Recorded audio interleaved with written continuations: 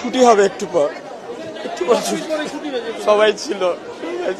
তখন আমরা যখন বিল্ডিংটা পড়ে তখন এক সাইডে পড়ছিল, তো তখন সবাই আমরা নামানো শুরু করি, সিঁড়ি দিয়ে যে যেভাবে পারে নামানো শুরু করে। আমরা 1 নম্বর বিল্ডিং, 4 নম্বর বিল্ডিং, 5 নম্বর বিল্ডিং, 7 নম্বর বিল্ডিং সব হয়েছে 9 থেকে সেকেন্ড ইয়ার পর্যন্ত। তারা আলহামদুলিল্লাহ মোটামুটি সবাই সুস্থ আছে। আমাদের ভবন নাম্বার 1 নম্বর বিল্ডিং, জি 8 তলা ভবন। আর বিমানটা পড়ছে আপনার হলো জুনিয়র সেকশনে, ক্লাস প্লে থেকে 8 পর্যন্ত। 100 থেকে 150 মিটার হবে, খুব একটা না।